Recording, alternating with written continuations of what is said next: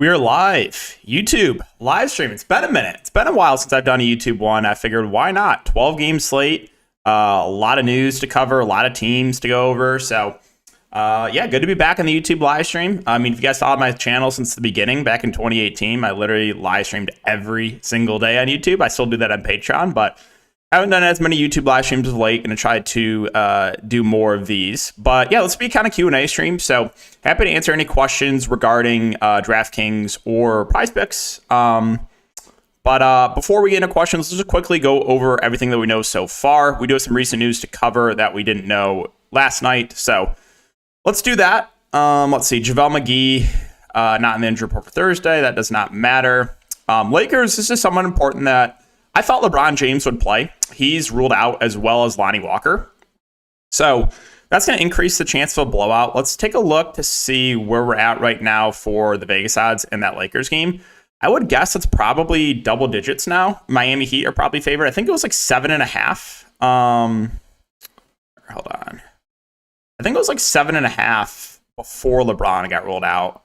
And now, where's the Heat? 8.5. Okay. Well, I actually thought it'd be a little bit higher, but yeah, no LeBron and no Lonnie Walker. Obviously, it's going to boost those secondary plays in the Lakers. Those value options are now guys we have to consider. Plus, Russell Westbrook becomes a viable option.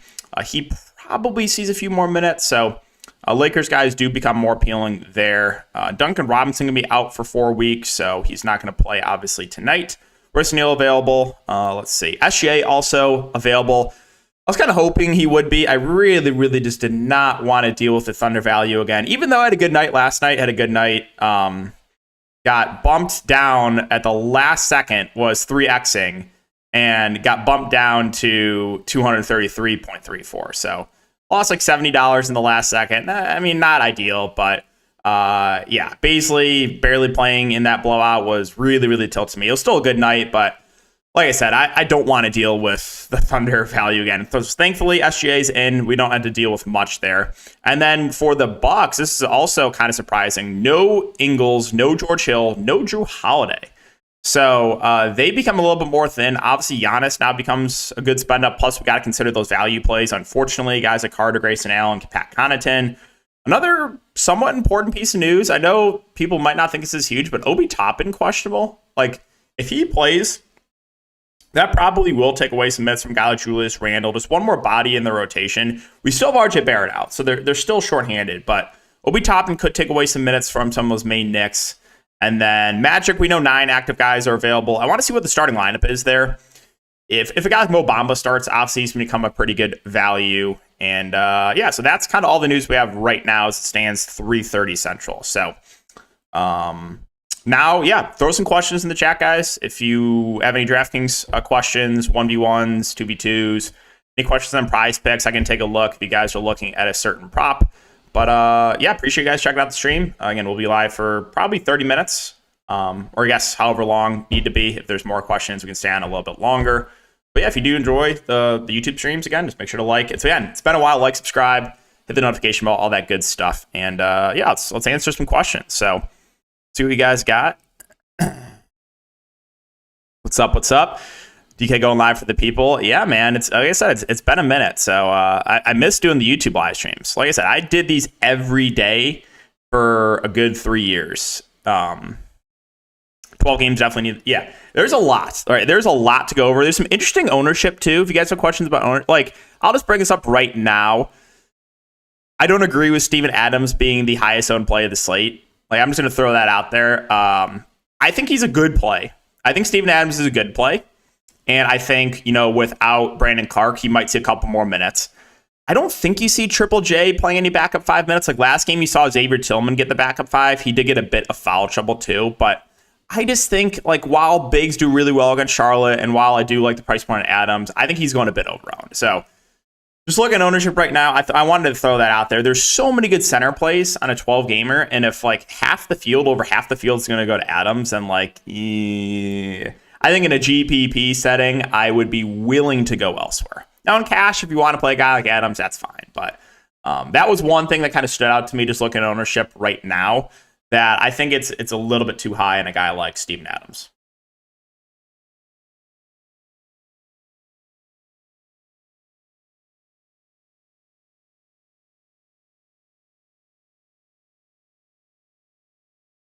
All right. OKC will get smoked by the Magic. You think so? After blowing out the Celtics without Shea? I mean, yeah, I guess anything's possible. Stochastic co-op video. If they want to bring me back on, I'm always happy to come back on and do one. Really enjoyed doing the On the Contrary show with the GOAT Alex Baker and Neil. So yeah, I mean, if they want me to come back on, I told them I'm down. 338 off $7 entry. Clarkson free throws at the end. Only end up with less than 100 pain. That is pain. Yeah, I got pushed out at the very end, right? I was winning $300, and then this, like, literally the very, very end. Maybe it was the Clarkson free throws that pushed me down to 233 instead of 300, but yeah, whatever. Again, Baisley, give him decent minutes in the blowout. I'm probably up in, like, I don't know, this range, but oh, that was frustrating. Frustrating. Also, Jalen Williams just playing like massive minutes in that blowout. Like, why was he on the court for so long? Why was Baisley not on the court, right? Oh, Mark Daigneault, man, that guy. He's right at the top of the list for me. I'm just saying that right now. He is right there. You know, Kerr, Popovich, Mark Daigneault, he's right there. And I finally know how to pronounce his name, too. Finally got that down. I had to Google it. I'm like, all right, I got to learn how to pronounce this guy's name. Because if you look at his last name, it's like, I have no idea how to pronounce that. It's just like a weird spelling. It's like, all right, it's Mark Daigneault. Good idea to go Laker heavy?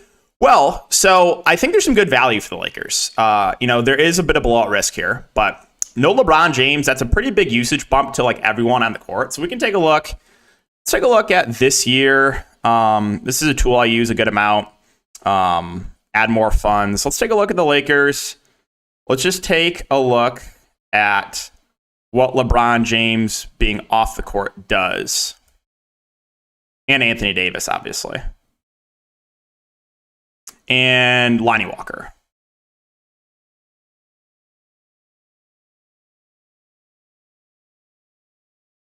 I'm guessing we're going to see a pretty high usage rate here for Russell Westbrook. And yeah, so let's just filter by usage here. So Russell Westbrook, with those three off the court, has a 37% usage rate in 123 minutes.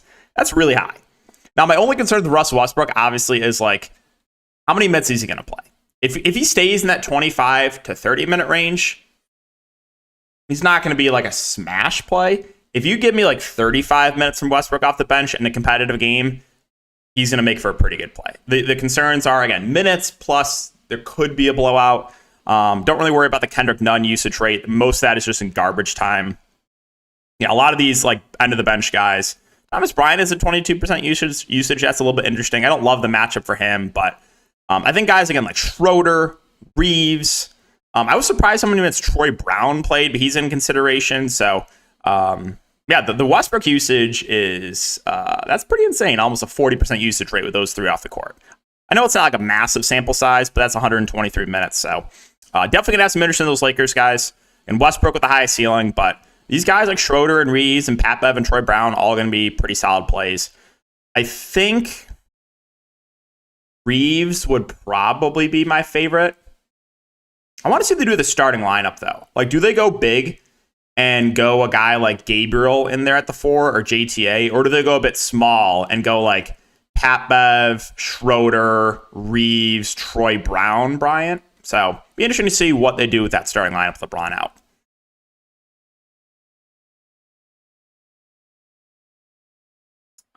All right. Where's the questions? Where are we at? Good. Okay, so answer that. What's up, Patrick? Good to see you, man. 2 teams to target besides Lakers and Magic. I think the Warriors look pretty good again, right? They're shorthanded. They have 9 active guys in a good matchup. I think the Pelicans stand out. No Zion, no Ingram, no Nance. CJ, JV, plus these wings. I'm curious to see what they do with the starting lineup. Probably going to be Najee or Alvarado. So I think Warriors, Pelicans look pretty good. The Bucks, right? Obviously, no Drew Holiday, no Middleton. They're relatively shorthanded, so Giannis plus some value, I think, is going to be are going to look decent. But I agree, like the Magic do look really good as well. The 8K guards, sure, I'll try to do my best. So in the 8K range, All right, so if Hero, Kyrie, Fox, Murray, Poole, CJ, and Garland's not expected to play. Okay, so I think the top one's got to be CJ McCollum, right? You have those three guys off the court. You have a great matchup, and he's probably going to play in that like 35-minute range. Gets a pretty significant usage bump with those guys off the court. And again, good matchup, should stay competitive. So I think CJ's probably your best bet. I think next for me would probably be Poole. Now, he's kind of up and down, but the ceiling is, 40, 50 plus when he's kind of playing that Steph Curry role. But I think CJ is much safer than Poole. Poole has shown that floor. Murray's kind of just more of a contrarian play for me. I think he's going to fly under the radar, not picking up a ton of ownership. But this is a good in-game environment, right? You got Atlanta, Sacramento. Like, no one really stands out in that game, but a lot of solid GPP plays. You have the Hawks guards, the Hawks bigs, Sabonis on the other side. I think Fox is kind of the same category as Jonathan Murray of doesn't really stand out, but a fine contrarian play.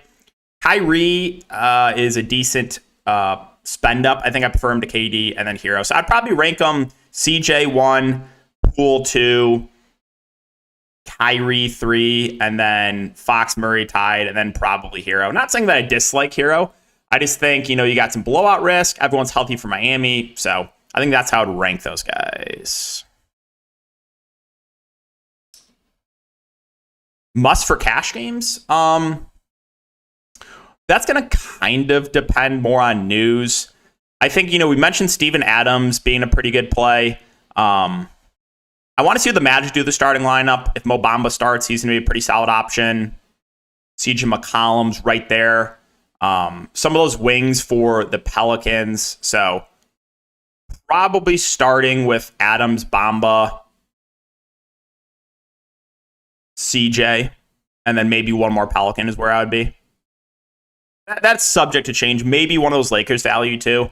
Yeah. I haven't thought about cash games too much. That's probably be the direction as it stands right now. Couldn't believe he didn't play Mitchell on his record-breaking night. The Donovan Mitchell, the thing was, a lot of people in the Discord, my Patreon, played Mitchell the night before. Because I was like, I think Mitchell's a pretty solid GP play. And then I didn't play him the 100 fantasy point night. And I don't think anyone really did. And of course, he just it was the same exact matchup, literally. They played the Bulls and nothing changed. People played him here against Chicago, went for 32 fantasy points. Same matchup, 102 fantasy points.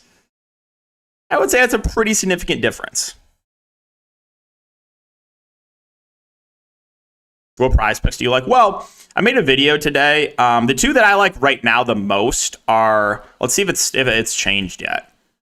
Isaiah Stewart rebounds. Golden State small ball team. They're kind of gonna split him and Jalen Duren with the 5, and I think Stewart could play a bit more against the small ball team. So I took his over rebounds, and then I took Ben Simmons over fantasy points. Those are the two that really stand out to me right now. Haven't looked at the board in the last hour or so. Probably going to do a little bit more of that after this. But Ben Simmons, it feels a bit low. Looking at projection sites, he's kind of in that 29 to 30 fantasy point range. So as long as he doesn't get in foul trouble, I think those two are the two that I like the most. And then, again, I'm going to look into more of this probably after the stream. If you have any specific prize picks you want me to look at, I can always do that. Buddy Hield over PRA. Okay, so what is he at, PRA? So he's at 23.5 PRA.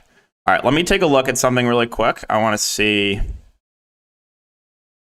Buddy Hield's always a guy that never feel amazing about him. But all right.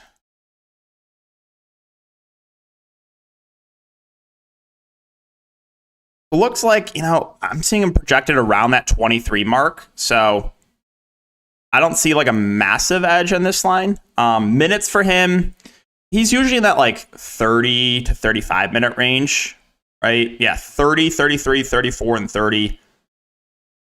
Philadelphia matchup, not ideal.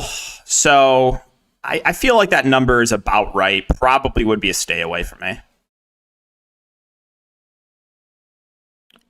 Let's see. Other than YouTube video. Yeah, I haven't looked into it too much yet. I was going to do that after. So Do you think Embiid plays? He was questionable the other night, and last minute he was ruled in. I mean, what are they listing questionable with? Is it an illness? Left foot soreness? If I had to guess, I would say he plays. Just because he played last game.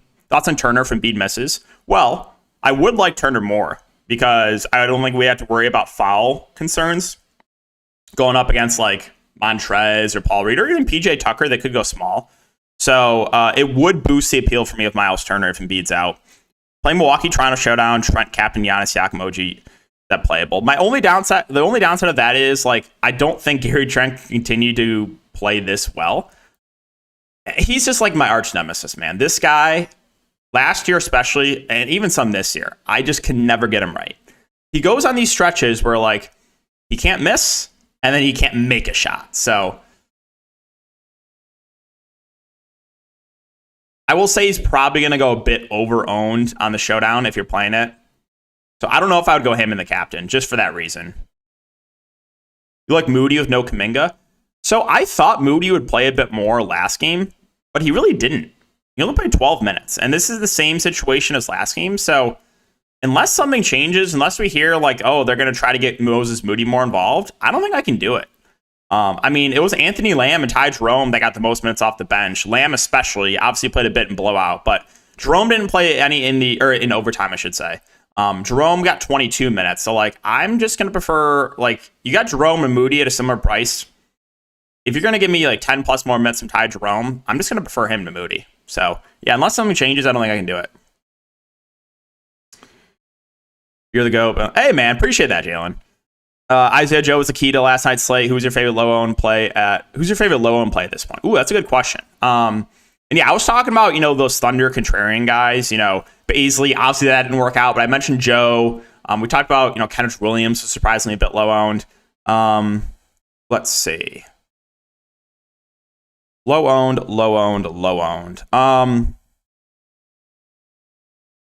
Let me bring up... Okay, I'm going to mention a couple guys here in this late game. So, Sabonis coming in at pretty low ownership, sub 5% in that game against Atlanta.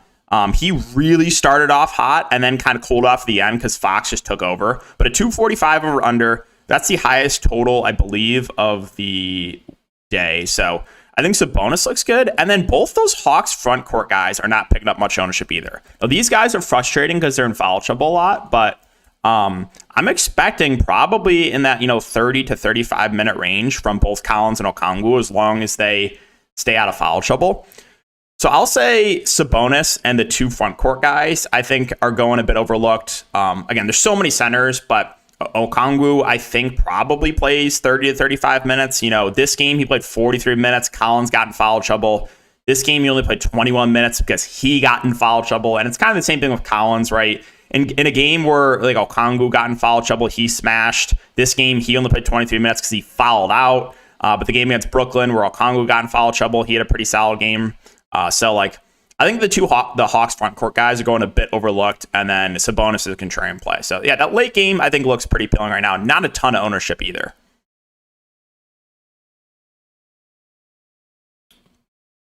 For PrizePicks, what do you think was the best value for the Pelicans? Looking at Najee, but I've been seeing community go for Trey Murphy's props. Good question. Okay, so let's take a look at the Pelicans and let's see where their props are at. My question with a guy like Najee, I think, is he on here? Okay, he is on here. So with a guy like Najee and Alvarado, I think I want to see what the starting lineup is. So, like, for example, if Jose Alvarado gets moved into the starting lineup, I think I would be hopping on these props pretty quickly, right? Points or assist or even PRA. I think they would all look pretty good because I think they could start small. They could. So, I think that the starting lineup is going to be pretty important. I think people are projecting Najee Marshall to start. I'm not 100% sure yet. So I think I would wait to see what the starting lineup is there with those two. I think my favorite probably would be the Trey Murphy points at 14.5. Here, we're going to take a look at, let's do this for the Pelicans.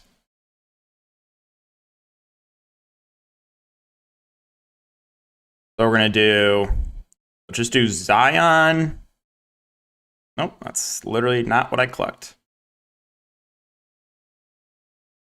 Go Zion. Ingram. I mean, we'll throw Nance, but Nance is not really a big deal in this scenario. But I just want to see this year, what is usage looking like? Okay. So, yeah, again, Hernan Gomez is going to play that backup 5. He's obviously not up there, but I think he's a viable DFS play. So, CJ sitting about a 30% usage rate. Alvarado at that 20% usage rate. Trey Murphy, not super high usage, to be honest, but he'll get a lot of shots up, I think. So, at the moment, I think it probably would be the Trey Murphy points. But I do want to see if Alvarado starts, I think I would hop on that. So, yeah.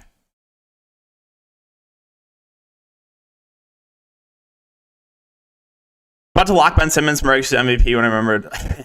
You like Beverly Schroeder or Carter and Allen for value, guys? That's a good question. I think it's pretty close. You know, you should get, I would say, in that 30 to 35 minute range from the Lakers guys, from Beverly and Schroeder in a competitive game. And I think you probably get around 30 minutes for Carter and around 30 minutes from Allen. Neither necessarily in great spots.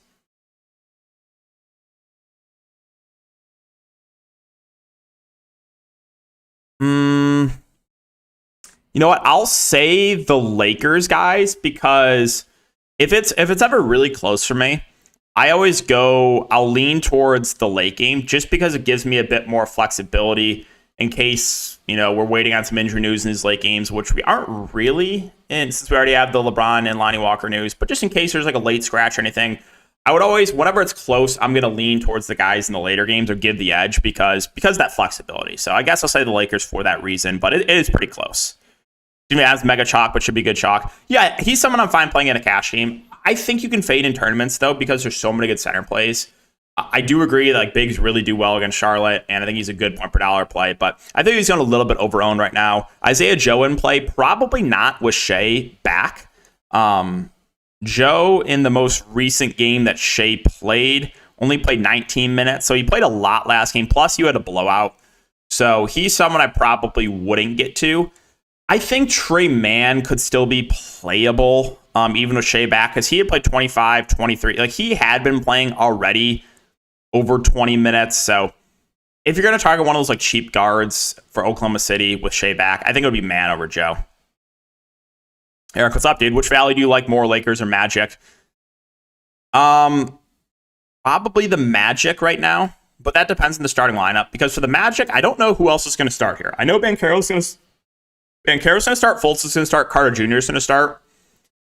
I don't know who else is going to start. It could be Cole Anthony, could be Bamba, could be Ross, could be Gary Harris. Like, two of those four guys. I'd be pretty surprised if Caleb Houston or RJ Hampton start, but I think two of the four of Harris, Ross, Bamba, Cole Anthony. So, like, if you get a starting lineup with, like, Bamba and Gary Harris, then I think those two are going to look pretty good. So, yeah, Orlando kind of depends what they do the starting lineup, but I think the Magic right now. Can you tell me about O'Shea Brissett for value? What's his minutes been? I know he's been in the rotation, but probably not playing enough for me to go there. I think if you're going to target a cheap pacer, I would probably go Jalen Smith. Right now, he's playing the backup 5 to Miles Turner, and you don't have Isaiah Jackson. He's actually in the G League, so there's a little bit more security with his minutes, I guess. We know Smith is always a frustrating play, but he does have a ceiling, and if Turner gets in foul trouble, he's probably the guy that benefits. So I actually think I'd rather go to Jalen Smith if I'm going to target one of those cheap pacers. Levine or Clay? That's close. That's a close one. I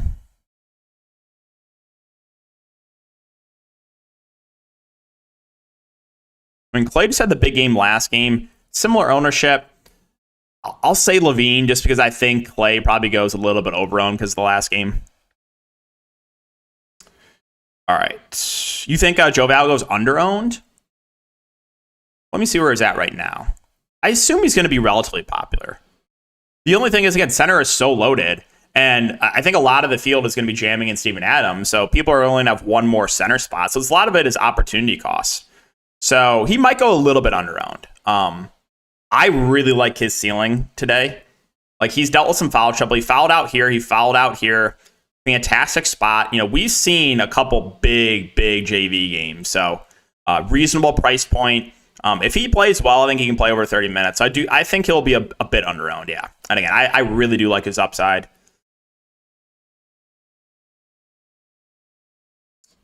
That's about Kyrie Irving. Yes, a couple questions about Kyrie. I think he's a decent contrarian play. I wouldn't really go out of my way to play him. He's not picking up a ton of ownership. You got a matchup against Chicago, which is a pretty good one. And yeah, he's been playing pretty well. He should play 35 to 40 minutes. I think he's a fine GPP play, but not really a priority for me. Murphy, McDaniels, or Reeves and Schroeder on DK. I'll say the first one. I think ceiling a little bit more. My only concern with McDaniels is potential blowout here. At least it's being played at Charlotte, but I mean, Charlotte's been pretty bad and Memphis has been pretty good. 7.5 point spread. You should get over 30 minutes for McDaniels in a competitive game. Trent or LeVert DK, that kind of depends on Mobley and Garland. Garland's doubtful though, or has he already been ruled out? I think he's doubtful. Another good question. LeVert's price had come up, and he was kind of disappointing last game, and Gary Trent's been playing out of his mind. Similar ownership. I think I might still lean LeVert, assuming Garland's out. But keep in mind, I am a bit biased. Gary Trent is my arch nemesis. What about Wendell Carter Jr.?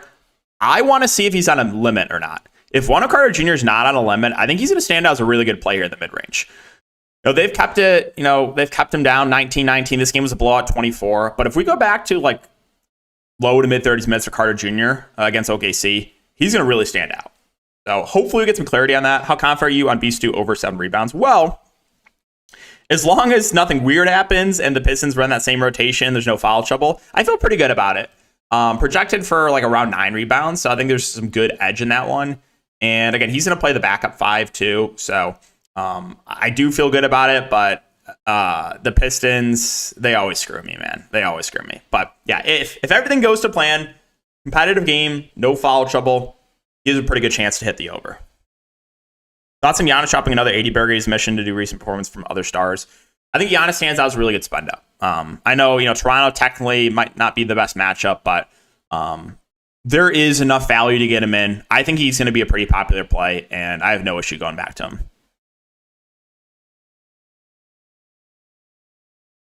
What's average usage rate? Are you talking about on this screen or what?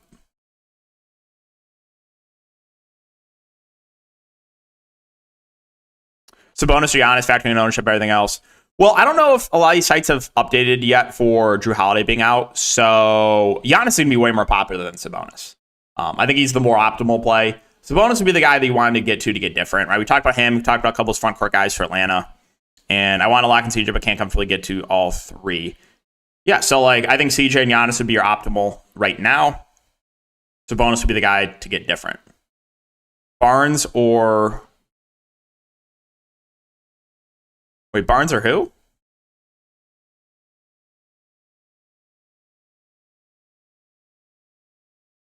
Or are we talking about Scotty Barnes versus Bane?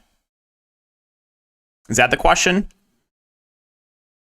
I'm fine taking a shot on Bane in tournaments. I'm not really on either. But Bane minutes have been ticking up a little bit. I think you could push for over 30 minutes in a good matchup, but I'm not a big fan of either today. If those are the two you're talking about. Are Marshall and Murphy both good plays? Was Zion out? I think 3 months tonight. Yes. I mean, I think both the wings are good. I want to see what the Pelicans do with the starting lineup. So we know CJ is going to start. We know Trey Murphy's going to start. We know Herb Jones is going to start. We know JV's going to start. Fifth starter, I think, could be Najee or it could be Alvarado. So if Najee starts, I'm going to feel a bit better about him. If he comes out of the bench, I would say he's more of a contrarian play. Giannis get over 34.5 points. What's the verdict on that? Love the energy. Hey, man, appreciate it. Well, let me see. Let me see where he's projected around the industry right now.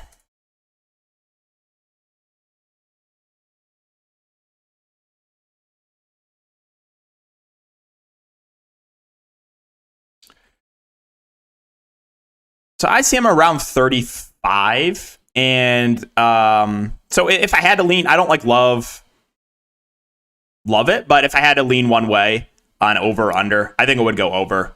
Obviously, he's gone over the last 3 games, so that doesn't really matter. He has been dominant of late. And when you have Middleton and Drew off the court, like he's going to do everything. Obviously, Portis and Lopez are going to help out, but yeah, I think if I had to lean one way, it would be the over there. Sherman Harris. Hey, man, appreciate the super chat. Obviously, that's not necessary at all, but thank you. I was really appreciate that. If you look at Kyrie's last 4 games versus Bulls, you would stay away from him in a heartbeat. Stay away Kyrie tonight. I would, yeah. I don't really look into that too much, though. Like, last 4 games against teams. It really is game-by-game specific. So, like, who was in, who was out in those games? Did Kyrie just have an awful shooting night? Did he get in foul trouble? There's a lot of just variables where, like, I don't really factor that in too much.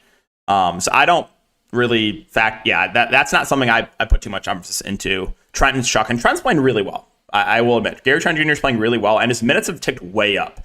Like, I think he's going to play 35 to 40 minutes tonight.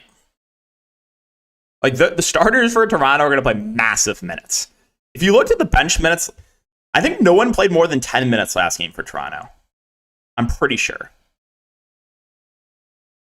Let me see. I'll bring it up on my phone right now. So I don't have it up on my laptop. But Gary, okay, so yeah, starters, Siakam played 39, OG played 40, Scotty Barnes played 40, Van Fleet 36, Gary Trent 40. So the guy that played the most off the bench was Achua, played 12 minutes. Koloko played 11, Thad Young played 8, Flynn 9, Boucher 4. Wild rotation. Kyle Anderson to be a decent play. I'm kind of indifferent on him. I want to see if Naz Reid is in. If Naz Reid is in, I would say, probably lose a few minutes for these wings. If Naz Reid is out, like, you should get over 30 minutes for both Slow-Mo and for McDaniels. This is another game that I think is going a little bit overlooked. Like, if you just look at this Portland-Minnesota game, I don't think there's any, like, clear standout plays on the slate. Like, I don't think we're going to be going and be like, all right, we got to jam in Anthony Edwards at 9-4. Or we got to, jam in Nurkic at 6'2". We got to lock in Anderson at 5'4". But I think this is another game kind of similar to Atlanta-Sacramento where there's some good contrarian plays here, right? I think both the spend-ups, Lillard and Ant, those wings we talked about. Nurkic, if he's not on a limit, I think is a pretty good play. But, like, just a weird game last game he started, only played, like, 12 minutes, left due to the illness. So I think Portland-Minnesota is a pretty similar game to Atlanta-Sacramento where I think there's some good GPP plays. Jalen Duren thoughts? He's playable. I think he's probably going to play close to 30 minutes without Marvin Bagley. You would think, again, him and Stewart get that minutes bump. Been disappointing of late. Decent spot for him. Yeah, fine contrarian play. Again, though, so many good center plays that it's hard for me to feel like really, really good about it. Oh, what you're saying? What's like an average player usage rate? That's a good question. It's an average usage rate.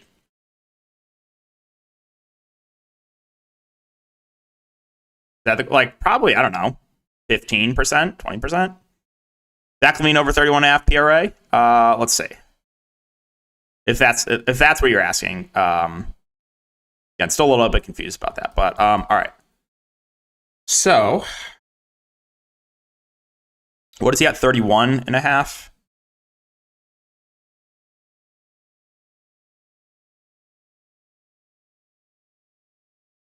Okay, he's at 31.5. Let me take a look.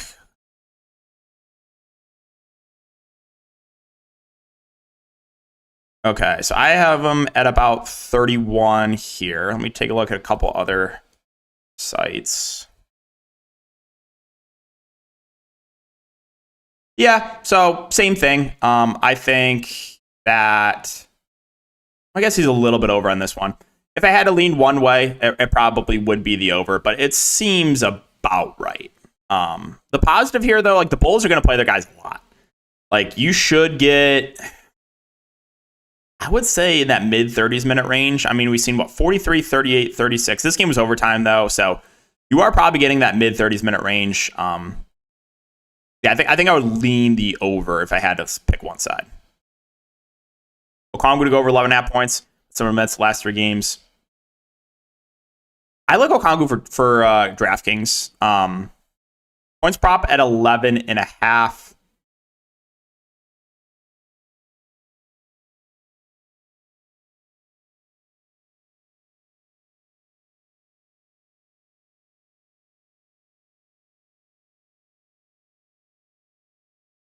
Yeah, I would also go the over on that one. The concern obviously is foul trouble, right? Can he stay out of foul trouble?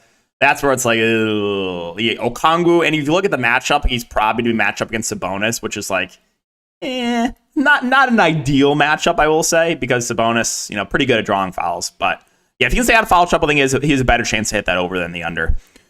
Why not play Toronto starting 5? I mean, the Toronto starting 5's all in play. They're not picking up a ton of ownership. We've talked about Gary Trent a bit. I think Siakam's a solid option. He's not picking up a ton of ownership. VanVleet, Barnes, and OG are kind of just there for me. I think Siakam and Gary Trent. But yeah, if you got Siakam right now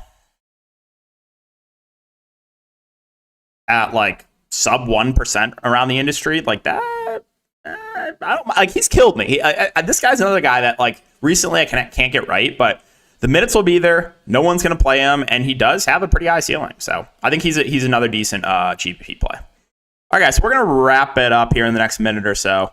Any other questions, throw them in here. Otherwise, we'll get out of here. Appreciate you guys checking out the stream as always. Hey, we're over 100 concurrent viewers for the first time streaming in a while. Appreciate that. Trying to build my line with players that have decent usage rates. Okay. Yeah, I mean, probably in that mid-teens, I would say, is average. But, yeah. Fred is cheap and due to go off. I mean, Fred, he has a ceiling too. Last one, let's say James Harden assist prop looks decent if Embiid plays. All right, so let's see.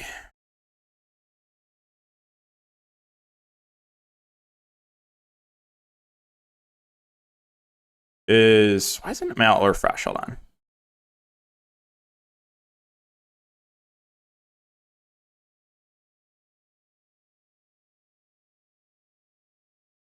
Harden's not coming up for me.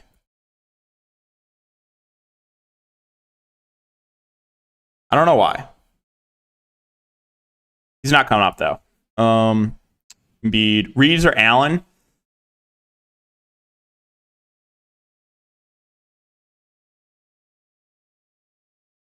I think I like the ceiling a little bit more with Grayson Allen if he can make his shots. I'll say Reeves probably has a bit of a higher floor. I know Reeves had a couple duds. Normally Reeves is a guy though that can get some rebounds, get some assists. Where Grayson Allen pretty score independent, but I think Allen is going to have that little bit of a higher ceiling, can make his shots. Terry Rozier or Ball? Well, LaMelo Ball. Rozier right now just more of that contrarian play.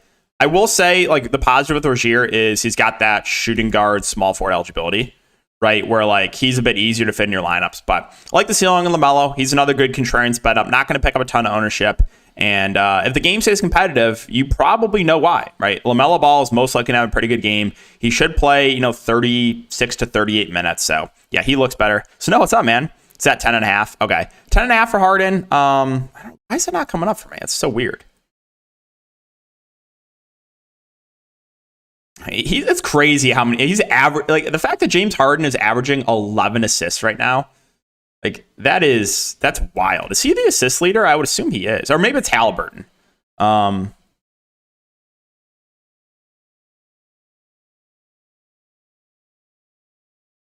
right now, I have him at about 10.5. Just looking at some projections, so I would say that's about right. I probably wouldn't take it.